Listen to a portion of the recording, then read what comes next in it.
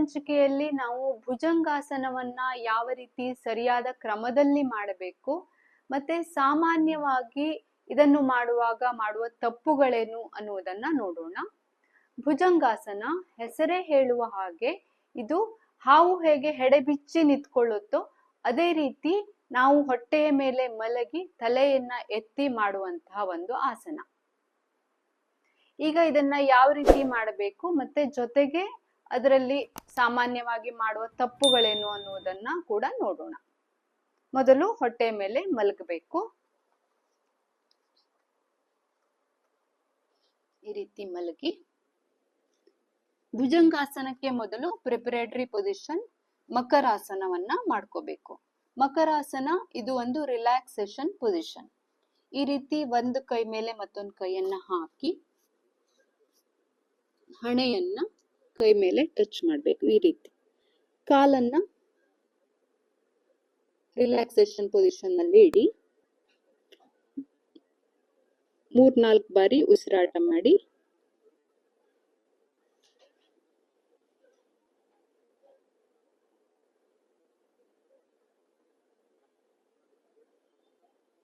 ಈಗ ಭುಜಂಗಾಸನವನ್ನ ಯಾವ ರೀತಿ ಮಾಡಬೇಕು ಅಂತ ನೋಡೋಣ. ಕಾಲಲ್ಲಿ ಸ್ವಲ್ಪ ಗ್ಯಾಪ್ ಕೊಡಿ. 2 ಕೈಗಳನ್ನ ಚೆಸ್ಟ್ ನ ಪಕ್ಕದಲ್ಲಿ ಇಡಿ. ಇದರಲ್ಲಿ ಮಾಡುವ ಸಾಮಾನ್ಯ ತಪ್ಪುಗಳೇನು ಅಂದ್ರೆ ಕೈಯನ್ನ ಈ ರೀತಿ ಮುಂದೆ ಇಟ್ಕೊಂಡು ಈ ರೀತಿ ದೇಹವನ್ನ ಎತ್ತುತ್ತಾರೆ, ಅದು ತಪ್ಪು. ಮತ್ತೆ ಕೈಯನ್ನ ಹೀಗೆ ಕ್ಲೋಸ್ ಮಾಡಿ ಇಟ್ಕೋತಾರೆ ಬೆರಳುಗಳನ್ನ, ಆ ರೀತಿನೂ ಮಾಡಬಾರ್ದು. ಬೆರಳುಗಳನ್ನ ಓಪನ್ ಆಗಿ ಈ ರೀತಿ ಇಟ್ಕೋಬೇಕು. ಮತ್ತೆ ನಮ್ಮ ಎಲ್ಬೋವನ್ನ ಈ ರೀತಿ ಓಪನ್ ಆಗಿ ಮಾಡ್ತಾರೆ, ಹಾಗೂ ಕೂಡ ಮಾಡಬಾರ್ದು. ಎಲ್ಬೋವನ್ನ ಆದಷ್ಟು ನಮ್ಮ ದೇಹದ ಹತ್ತಿರ ಇಟ್ಕೋಬೇಕು ಈ ರೀತಿ. ಮತ್ತೆ 2 ಕೈಗಳನ್ನ ನೇರವಾಗಿ ಈ ರೀತಿ ಮಾಡಿ ದೇಹವನ್ನ ಎತ್ತುತ್ತಾರೆ, ಅದು ಕೂಡ ತಪ್ಪು. ಈಗ ಇದನ್ನು ಮಾಡುವ ಸರಿಯಾದ ಕ್ರಮ ಯಾವುದು ಅಂತ ನೋಡೋಣ. ಕಾಲುಗಳಲ್ಲಿ ಸ್ವಲ್ಪ ಗ್ಯಾಪ್ ಕೊಡಿ, ಲೂಸ್ ಆಗಿ ಬಿಟ್ಟಿರಿ. 2 ಕೈಗಳನ್ನ ಚೆಸ್ಟ್ ನ ಪಕ್ಕದಲ್ಲಿ ಇಡಿ.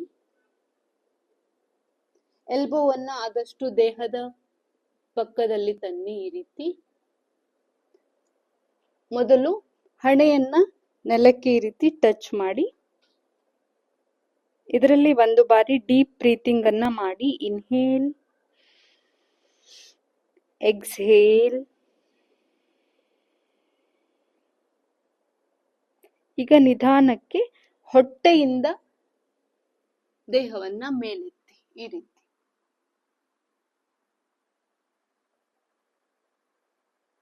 ಮೇಲೆ ನೋಡಿ, ನಾರ್ಮಲ್ ಬ್ರೀತಿಂಗ್.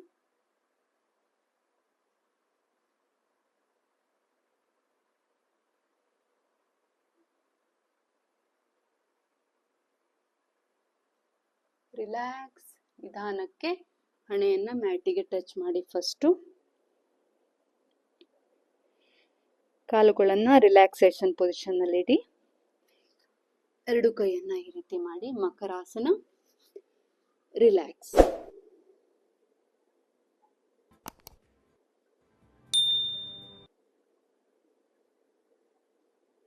ಈಗ ಇದರಲ್ಲಿ ಅರ್ಧ ಭುಜಂಗಾಸನವನ್ನ ಯಾವ ರೀತಿ ಮಾಡಬೇಕು ಅಂತ ನೋಡೋಣ.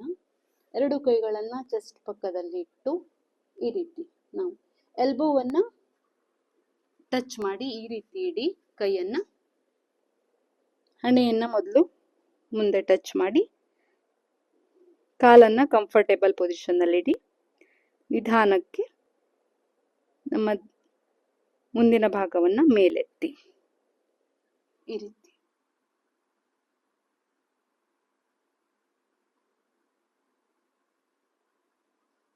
ರಿಲ್ಯಾಕ್ಸ್. ಮಕರಾಸನ. Deep breathing.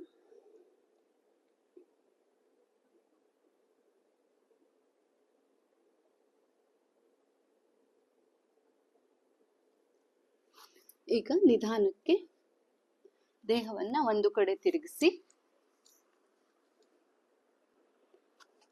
ಕೈಯ ಸಪೋರ್ಟ್ ಇಂದ ಮೇಲೆ ಬನ್ನಿ. ಈಗ ನೋಡಿದ್ರಲ್ವಾ ಭುಜಂಗಾಸನವನ್ನ ಯಾವ ರೀತಿ ಸರಿಯಾದ ಕ್ರಮದಲ್ಲಿ ಮಾಡಬೇಕು ಅಂತ. ಭುಜಂಗಾಸನವನ್ನ ಮಾಡುವಾಗ ಹೊಟ್ಟೆಯ ಮೇಲೆ ಒತ್ತಡ ಬೀಳುವುದರಿಂದ ಇದು ಜೀರ್ಣಾಂಗವನ್ನ ಉತ್ತೇಜಿಸುತ್ತೆ. ಇದರಿಂದ ಜೀರ್ಣಕ್ರಿಯೆ ಚೆನ್ನಾಗಿ ನಡೆಯುತ್ತೆ. ಜೀರ್ಣಕ್ರಿಯೆ ಚೆನ್ನಾಗಿ ನಡೆಯುವುದರಿಂದ ತೂಕ ಕೂಡ ಕಡಿಮೆ ಮಾಡ್ಕೊಳ್ಬಹುದು. ಇದು ತೊಡೆ, ಹೊಟ್ಟೆ ಮತ್ತೆ ಕೈ, ಕಾಲು ಎಲ್ಲ ಭಾಗಗಳಿಗೂ ಸ್ಟ್ರೆಚ್ ಆಗುವುದರಿಂದ ಬ್ಲಡ್ ಸರ್ಕ್ಯುಲೇಷನ್ ಚೆನ್ನಾಗಿ ಆಗಿ ಅಲ್ಲಿನ ಮಸಲ್ಸ್ ಅನ್ನ ಸ್ಟ್ರಾಂಗ್ ಆಗಿ ಮಾಡುತ್ತೆ. ಇದನ್ನ ಗರ್ಭಿಣಿಯರು ಮತ್ತೆ ಹರ್ನಿಯಾ ಸಮಸ್ಯೆಯಿಂದ ಬಳಲುತ್ತಿರುವವರು ಇದನ್ನ ಮಾಡದೇ ಇರುವುದು ಒಳ್ಳೆಯದು. ಇದೇ ರೀತಿ ದಿನನಿತ್ಯವೂ ಸ್ವಲ್ಪ ಹೊತ್ತಾದರೂ ಯೋಗಾಸನವನ್ನ ಮಾಡಿ ನಿಮ್ಮ ಆರೋಗ್ಯವನ್ನ ಹೆಚ್ಚು ಮಾಡಿಕೊಳ್ಳಿ. ನಮಸ್ಕಾರ.